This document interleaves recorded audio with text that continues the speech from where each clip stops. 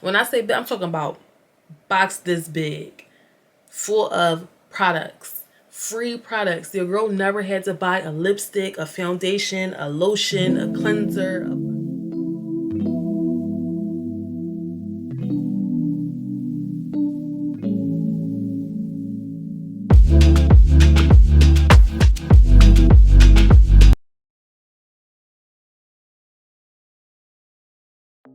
Or welcome back to my channel. I'm Shanika if you are new here, and thank you so much for stopping by. In today's video, we are going to be talking about my experience working as a beauty advisor, what I liked about it, what I didn't like about it, and if I would ever go back. So if you guys are interested in my experiences, then keep on watching. So you guys, I had a comment under my video maybe like a few months ago, and someone asked me to talk about my experience at Ulta, and I thought about making a dedicated video, you know, on my experience at working at Ulta. But honestly, after doing my research, I decided to against it because I feel like it's always the same story when it comes to working at stores like Ulta and Sephora, and, you know, working at, you know, Macy's, Lancome, Mac, or whatever. It all boils down to this: if you have a great management team and you have a great team standing behind you and supporting you, your time working as a beauty advisor can be amazing. If you have a horrible team and, you know, people are not happy at their jobs and, you know, it's just a trickle down effect, your time as a beauty advisor can be horrible. And your girl has so many years of experience working as beauty advisors, whether it be in Target, Sephora stores, Ulta, working freelance for Mario Badescu, be Brio Geo Hair Care. Honestly, the list goes on for me, and I really just wanted to come on here and just give you guys just like a summary of how I felt about it, because people want to know. Now, I will start by saying I definitely think that being a beauty advisor is essential in your beauty career if you want to thrive. There are some things that I have learned in those aisles that I will take with me forever. And so if you're in like a limbo, you're trying to figure out, should I take this job at Ulta? Should I take this job at Sephora? Should I take this job at you know, this freelance job with Mac or Bobbi Brown or Lancome or whoever, and you are trying to get into this industry or break into this industry, my answer is absolutely yes, you should. You don't have to do it full-time. You don't even have to do it part-time. You could do part-time seasonal. But I definitely think that it's important, if you want to work in this industry, that you get that experience selling, because that's how you become comfortable no matter what job you are in. You guys, I'm a waxer right now. If you guys didn't already know, you guys know that I am a waxer, but a lot of the techniques that I use in my wax suite come from me working as a beauty advisor in the beauty aisles. So if you guys want to know, should you do it? Yes. Now, again, working at these jobs, some of these jobs, you're not going to get paid a whole lot of money. Yeah, like the pay is just not that great, but the experience that you get, y'all, and then, you know, my favorite part about working for these companies, the gratis that you get. Listen, if you got a little extra time on your hands to spare, it is very smart to pick you up a little beauty side hustle, you know, that way. So I want to start out with the pros, you guys, of me working in, you know, as a beauty advisor. So the best thing that I love about working as a beauty advisor is the gratis, you guys. Gratis. You know, if you do not know what gratis is just free products that the company gives you to take home and try. Now, when I was working as a beauty concierge at Target, now this is going to be a lot different from working for a specific company, because when I was working as a beauty advisor in Target, I was getting trained on all the beauty brands in Target. So we got trained, we got the knowledge.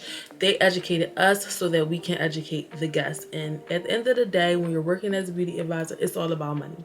It's about the experience. It's not about whether you could do makeup, whether you could do hair. At the end of the day, it's about money. Can you get that client to eventually buy and keep coming back? You want to build relationships with guests so that they can keep coming back to you. that's the secret ingredient to being a beauty advisor. I'm sorry to bust your bubble if you thought that these people wanted you to come and know how to slay a face or know how to do hair and things like that. That is not what being a beauty advisor is about. If you want to do hair, makeup, and all of those things, then you should just strictly become a makeup artist. If you want to do hair, you should strictly become a hairstylist. But if you walking into these retail jobs thinking that, you know, they are looking for you to be skillful, you know, they're really not. They want you to know how to sell. These companies thrive off of money. So they are going to educate you, give you an extensive training depending on where you're working at. Like where I was working at, most of the places that I work for, you always get trained on the products. And that was another one of my favorite things, is that I was able to talk about products so easily because I had the training. You can't go into these hours, you can't go out into this beauty world if you're not trained. So that was my one of my favorite things. Like I said, my most favorite thing was the Gratis, you guys, because they would give us big full size products like once a month, a big box, y'all. When I say big, I'm talking about box this big, full of products, free products. Your girl never had to buy a lipstick, a foundation, a lotion, a cleanser, a body wash. Like I never had to buy any of that because I was getting these things sent to me on a monthly basis. Now, that was with Target. So I don't know if it's going to be the same. You know, I know that most companies do still give Gratis. I don't think they was giving the amount of Gratis that we was getting, y'all. But I do know that they still do that. So yes, you do get Gratis monthly working as a beauty advisor. Most of the time they will extensively train you on products, which is great because if you're going to be working in the industry as a beauty professional, you need to know about these products, y'all. Another thing that I really loved about working as a beauty advisor was the discounts. So in some places, not all, but in some places when you do work as a beauty advisor, you do get a small discount on prices on products, as well as Gratis, and as well as like first dibs on everything. You know what I mean? So when you get your favorite perfume come out, you got first dibs on it. When your favorite lipstick or lip gloss comes out, you got first dibs on it. Now, you know what I mean? I used to love that. I was notorious for seeing some products and like, oh, let me grab that before it's all gone. Oh, let me grab that before it's all gone, y'all. I never left work, honestly, without buying something. I used to buy all the time. That's a good or bad. That could be a good or bad thing. Again, like I said, product knowledge, you guys. Product knowledge is my passion. So if you are someone who's really into products, ingredients, how things work, how they pair, I think that working as a beauty advisor is going to be, you know, smart because like you get to learn everything. Like they break you down. I mean, it's kind of like school, you know, and I enjoyed that. Like you would come, you know, log on to your computer and you would get that extensive training, y'all. And then these are things that you learn in ingredients and how the skin works and how this works, and you can go take that to your next job or your next career. You know, these are things that you learn forever. You could use them personally on yourself, or if you have a business, you know, you're opening up a business, you kind of getting the blueprint to how some of these big companies are doing their products and how they're running it. So y'all, like honestly, the education that you get working with these brands as beauty advisors is always going to be top notch. Another thing that I really love about working in as a beauty advisor, and something that I really miss to this day, y'all, is just working with other like-minded people. You guys, like it's nothing that I love more than being able to have a conversation about my career with someone who is in my career. And so my career is very different, you guys, because I am right now working as a body waxer, right?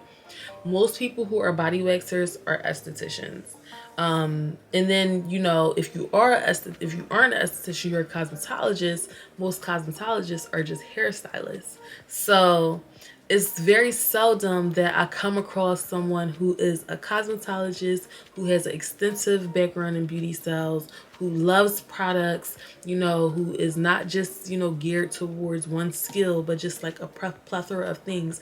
So whenever I meet somebody who has the same background as me and who can connect with me, you know, and we can bounce ideas off each other and we can network with each other, you know, I'm always so excited. And I met so many amazing people on my journey as being a beauty advisor, you guys. The people that I still talk to this day, we still have, you know, some amazing conversations about our jobs, and it's just always good to be around like-minded people.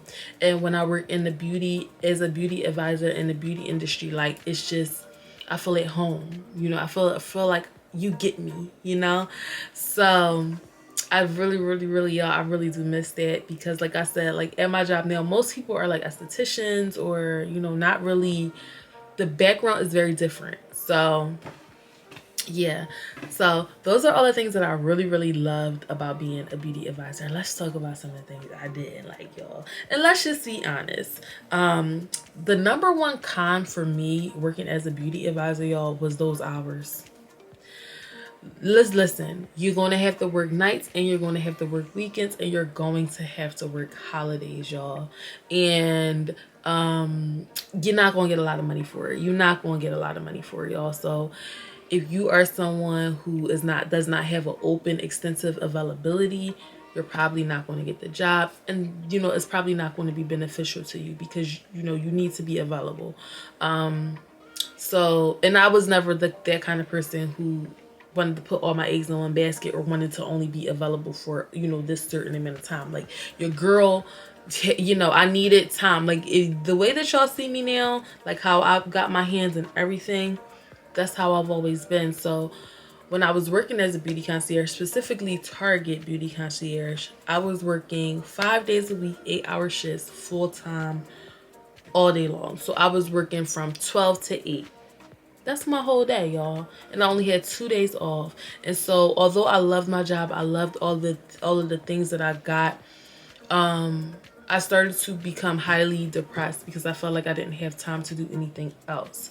So if that's not something that you truly love, I honestly don't think full-time beauty advisors, you know, I think we get, because of, you know, just the so much of the same things that's happening all day, every day. You're standing in the aisles when it's super slow. You're feeling like you have no purpose here. Clients are not going to always come in and be excited to see you. Like, you are going to have to get people excited about seeing you. And so that could be, you know, that could be draining. Just, you know, just standing around, like having nothing to do, looking at the same products over and over again. You know, those are some things that I didn't like. So that's why I said I personally think that these like beauty advisor jobs, you know, when you do it part-time, you have a little bit more fun when it's not something that you have to do for money, you know. Like, normally, like, it's just something that's added to your life.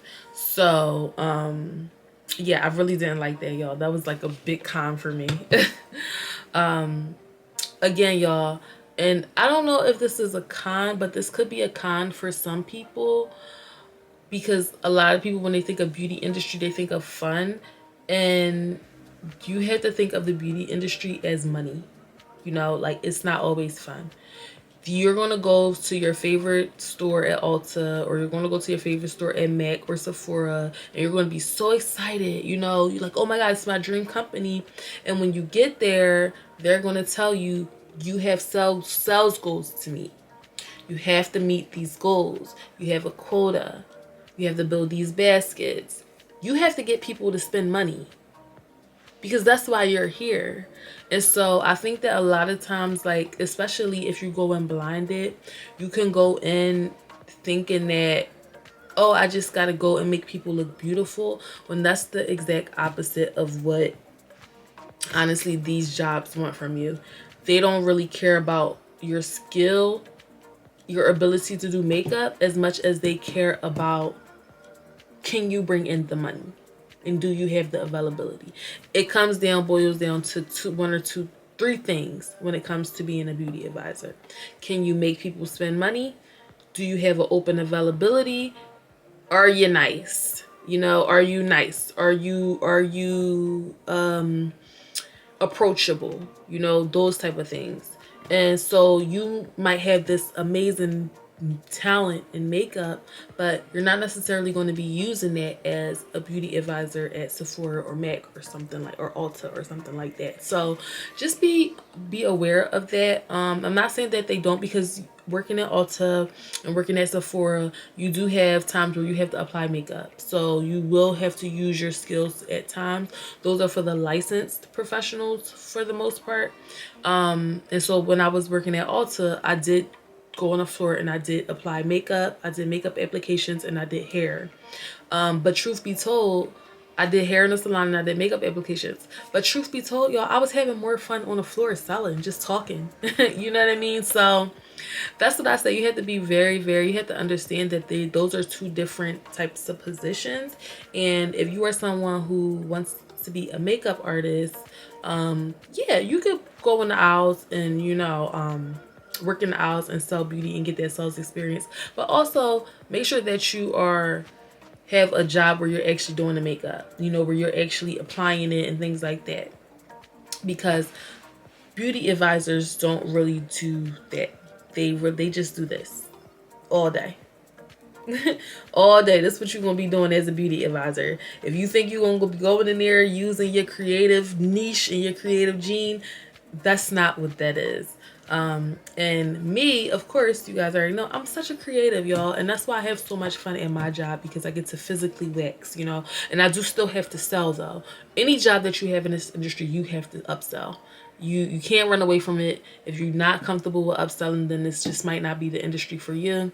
But you definitely always want to make sure that you're upselling, because, you guys, side note, I took a brow class from this 6-figure brow boss, and I took a brow class from the 6-figure brow boss, and he said that 40% of his money, 40%, y'all, this man does brows. Now, he's a waxer. He does brows and he does brow tinting, and he said he makes over 6 figures a year, works 3 or 4 days a week.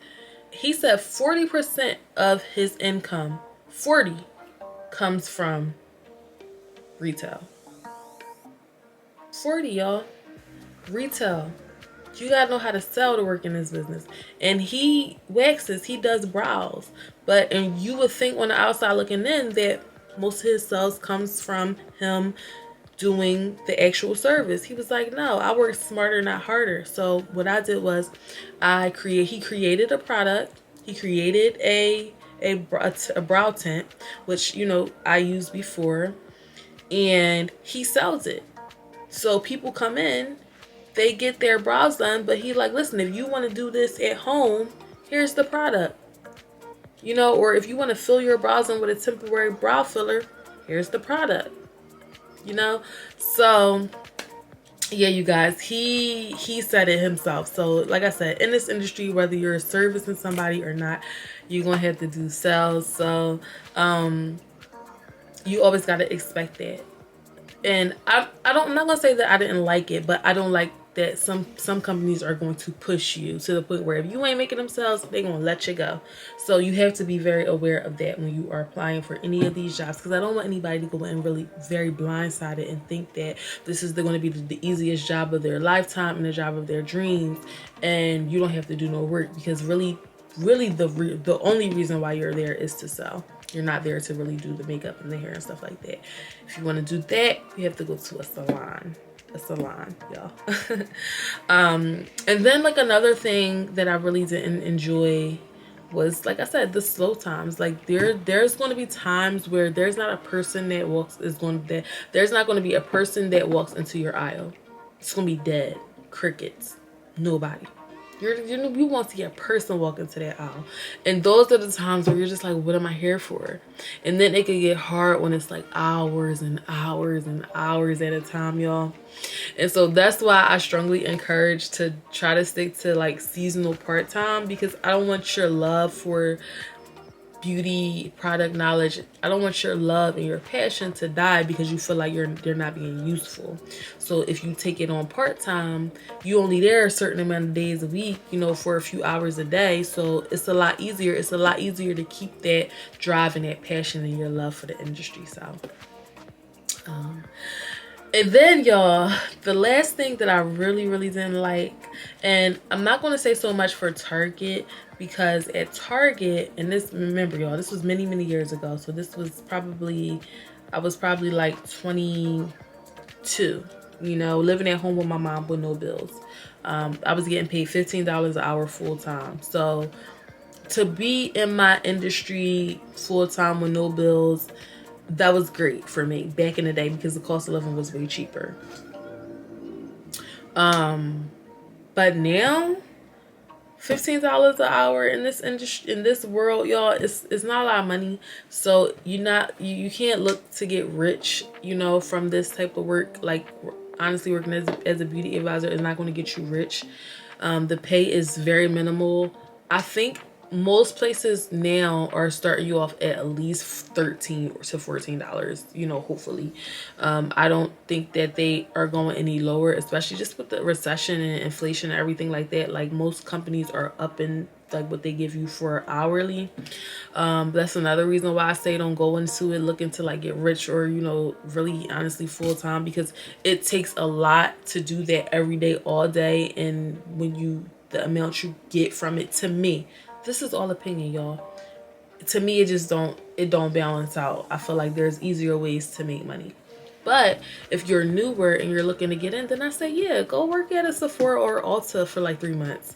Gain that experience, have fun, meet people, learn that product, you know, learn the skin, learn the hair, learn nails, like whatever industry that it is that you're trying to get into. Go in there and learn some stuff. Get comfortable with talking to people and, you know, just opening up, y'all. I feel like, honestly, I have became a better woman from working as a beauty advisor. I just became more confident because once you learn how to sell something to somebody, you feel, as a beauty professional, you feel like you're more valuable, you know. So when you start walking into these places and they ask you, what can you do for me, you tell them, I can sell. I can sell your products. If you're or you know, when it comes to you owning your own business, you have that experience. You know how to explain that product that you are selling because you know how to educate them. You know, so there's many pros to being a beauty professional, you guys. And as always, I always tell you guys, it's so much money to be made in this business, but I don't think that you can get to the money without getting to the experience first. So if you're a college student or you're at home with your, you know, mom and dad, and you just have some free time, or you're a new mom or you're a mother and you got some spare time and you are interested in this beauty industry, I definitely recommend picking up a job at like a Sephora or Ulta, or freelancing for somebody and just gaining that experience. And the good thing about it is, this is not, you don't have to be there forever. You know what I mean? You can. Because I just met a girl who started out at Sephora as just a part-timer, and now she's like, you know, overseeing the entire Sephora department, and she loves it. Y'all, she loves it. So it can turn into a career, but I say, why not? You know, go for it. Start out part-time, see how that can work out for you. And if it's something that you really enjoy, take it further. So that is my pros and cons on being a beauty advisor, you guys, my personal experiences. If you guys have any specific questions on, you know, being a beauty advisor, or any specific store that you want me to talk about, go ahead and comment down below and ask me anything, you guys. I will always answer your questions. I'm always here for it. I really just want to be that open door to the beauty industry, you guys. As you know, I have done so many different positions, and I'm always willing and available to talk to you guys from my own personal perspective. So if there's anything that I didn't touch on that you guys want to know specifically, please go ahead and leave it in the comments below. I appreciate you if you made it this far. If you're not already subscribed, please go ahead and subscribe to my channel. I'm trying to get to a monetized channel really soon, and with your help I can get there. As always, thank you so much, you guys. I love you. Until then, see you next time.